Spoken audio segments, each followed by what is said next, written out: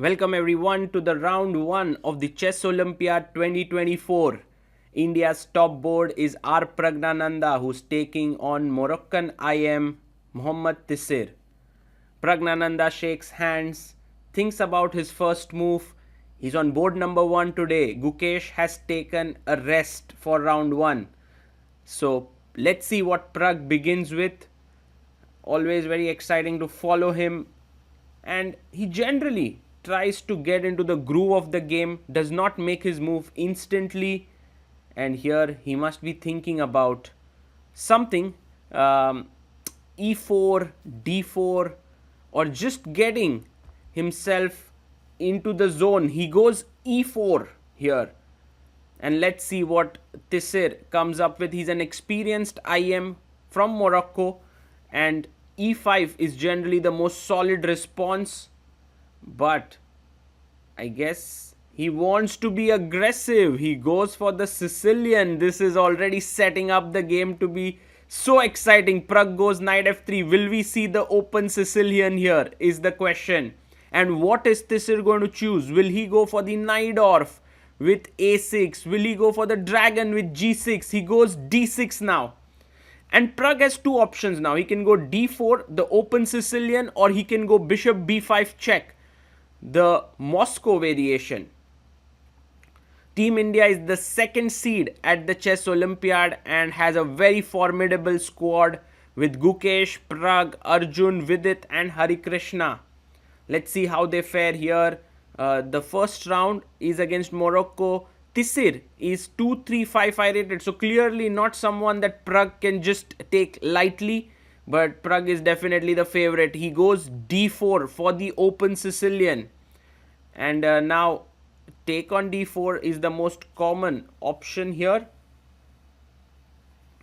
Yes, he takes it, pawn takes, and Pragg captures it back with the knight. Knight takes on d4.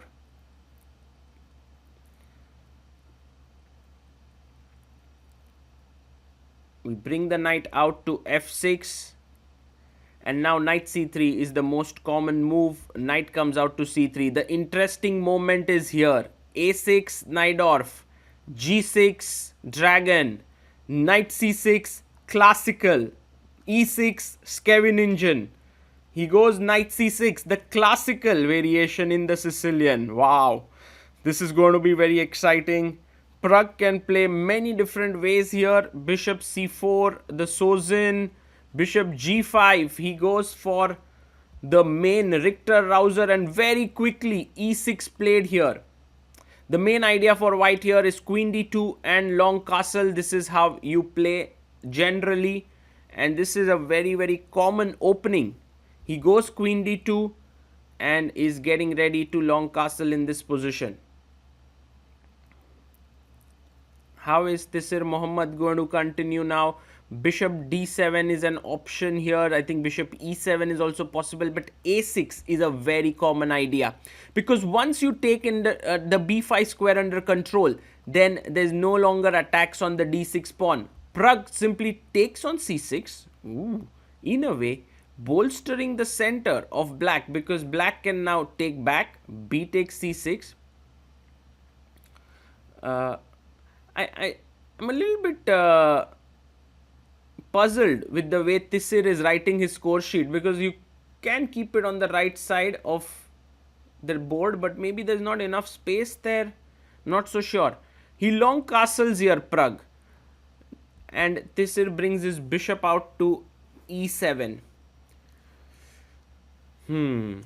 Now let's see how Pragg continues, because he takes on f6. Wow. Okay, bishop f6 drops a pawn on d6, so I don't think this is what black wants. I guess black must recapture back with the pawn. But you can already see that Tissir Mohamed is starting to take his time here. He takes g takes f6. Pragg's time is 1 hour 32 minutes, while Tissir is down to 1 hour 19 minutes. So Pragg, still in his prep, goes bishop c4. Wow, this is very interesting. And Tissir castles. This is bold chess. Very bold chess, but he realizes that he can tuck the king here, bring his rook to g8 and try to attack the white queen. Queen goes to h6. Oh, Pragg wants to go rook d3, rook h3 or rook g3 and just checkmate the king, and very quickly king h8 played. So trying to defend with minimal resources, rook g8 and rook g7 would save everything there. And Pragg brings his rook up. Now very important here to play rook g8. Otherwise you're simply going to get mated after rook h3. So rook g8 played here. And let's see how Pragg continues. Yes, he brings his rook to h3, threatening a mate in one. Only way to defend it is rook g7. It's good enough. And Tissir Mohamed does play rook g7. Okay, so everything's pretty well grounded now. What is White's next plan is my question. Are you going to maneuver your knight like this? No, Pragg says I'm going f4. And maybe there is an idea of f5 on his mind at the right time. This is such a good move. Queen g8 played by Tissir. Maybe he's threatening to take on g2 now with the h7 pawn defended. This is a very cool move. And Praggnanandhaa has to respond back now to this queen g8 move that has been played by Mohamed Tissir here. He goes rook g3. Fantastic move. If you take here, pawn takes, opens up the rook, pressure on h7, and I think this is not what black wants. So I don't think he'll take on g3. Maybe it's time to develop your remaining pieces here. Rook b8 played, putting the rook on the open file. I like how black is playing on both the wings. He has the b file open here, he has the g file open, so that is pretty good. Pragg now goes queen h5. Again, a nice little move, keeping an eye on the f7 pawn, looking at f5 so that he can start putting pressure there. Rook b4 played, and I'm wondering how useful this move is, because the bishop might anyway want to drop back to d3 to attack here, because on c4 it isn't doing so much. So bishop d3, nice move there by Pragg. I guess bishop b3 was also possible, but later on c5, c4 would have created some problems. So he goes back to d3, and now Tissir has to decide, does he want to go e5? No, he goes c5 here. Now maybe you can kick the rook away from b4. Not that it's doing much there, but Pragg asks the question to it. Rook d4 would be a mistake here, because after knight e2 the rook gets misplaced. So he goes back, rook b8. And what to do about this rook on h1? It would be so nice to bring the rook to h3, just in the attacking zone. But of course rooks don't jump like the knight. So Pragg is going for rook f1. He's going for the rook lift here. And his point is that if you take, I'll anyway take and get the h file back for my rook. So rook g6 played by Tissir. He's trying to remain as solid as possible. Maybe f5 is in the air, but Pragg first brings his rook to f3.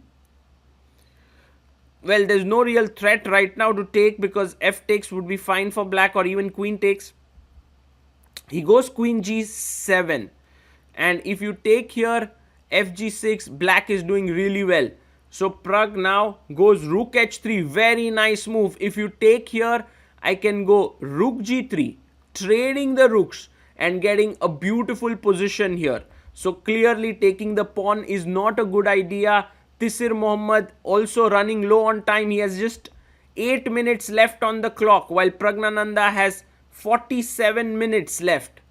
Now bishop b7 played, finishing the development, maybe trying to triple down the g file. Pragg offers the rook for exchange. I think it's going to be a standoff between the two rooks there. Which rook will capture the one? Because if black takes, white is happy. If white takes, black is happy. So Tissir now needs to move faster. He cannot think so much. He goes rook g8. 23 moves have been completed. 17 more to make with 7 minutes on the clock. He goes rook g8. And Pragg now can definitely start thinking about the move f5. But first he goes king b1. I like this prophylactic move because before starting any concrete action, he puts his king into the corner so that later on can be safe on the a2 square. a5 played by Tissir, also just getting the pawn out from the attack of the bishop. And now Pragg, is the time right? Is the time ripe for f5? Yes, it is. He pushes his pawn forward, and this is where now Tissir Mohamed has to be very careful, because Pragg is step by step unleashing the venom in the position, now attacking the rook. The rook needs to take on g3. There is nothing else you can do. He takes on g3, and a very important question now: do you take and trade off these rooks and basically put your bishop here on c4, putting pressure? This is a great way to play the position. Or as Pragg does, he takes hg3 and tells Tissir your queen can no longer move anywhere because the h7 pawn is hanging, and so you are tied down completely. And in a way it's also domination. ef5 played. I guess Tissir was hoping for ef5 d5 when his position looks okay, but Pragg now has a masterly move up his sleeve, and that is to plonk the knight on d5. Will he find it? Yes, he does. What a move here, threatening knight e7 and then the rook. This is fantastic. Tissir Mohamed must take the knight, but now after e takes d5, the bishop on e7, a moment of silence for that bishop. Bishop takes f5 coming in, putting pressure here. If you play queen g6, I am not going to exchange the queens, keeping up the pressure here. So this is already game over. What a transformation here. And if you even count the pawns, black is in fact a pawn up. He's a pawn up in this position, but the stark reality, the stark difference in the activity between the two bishops shows why this is a completely winning position for white. Rook e8 played here, and now Pragg can simply take on f5 with the queen, putting pressure on h7, and it's all over here. Tissir has like 30 seconds on the clock. Bishop f5 played, attacking the pawn on h7. I guess the writing is on the wall. h7 is falling. Maybe h6 has to be played. Yes, plays h6, and now queen e2, putting pressure down here. It's a pin, and also you don't want to easily, trade off queens. So I guess Pragg shouldn't really fall for taking the pawn here. He brings his queen back to e2, threatening bishop d7, winning the bishop here. Also queen d2, threatening the pawn on h6. And Tissir now has last few seconds left on the clock. Praggnanandhaa has 29 minutes left. He brings his queen to f8. And now maybe the rook is defended, so bishop d7 does not work, but queen e3 or queen d2, putting pressure here, and there's no way to save it. And somehow Tissir Mohamed does not even let Pragg respond back with his move. He resigns the game, and Praggnanandhaa scores the first win for Team India. And if you look at the position closely, you will see that black is actually a pawn up. Not pawn up, it's equal material when he resigns the game. And both the opponents, both the players try to discuss a few things here about, what's happening. And the arbiter asks for the accreditation card, which is the access to the playing hall for these players, which they must give back so that later on, after the game is over, they can not enter the playing hall again. These are all the little nuances at an Olympiad that have to be taken care of by the organizers, because 2,000 players are playing here. But Praggnanandhaa winning this game set up the match so beautifully for Team India, who scored 4-0 victory. Arjun won, Vidit won, Hari Krishna won. So it's a great start for Team India against Morocco, and maybe this is the start of a very special Olympiad for all of us.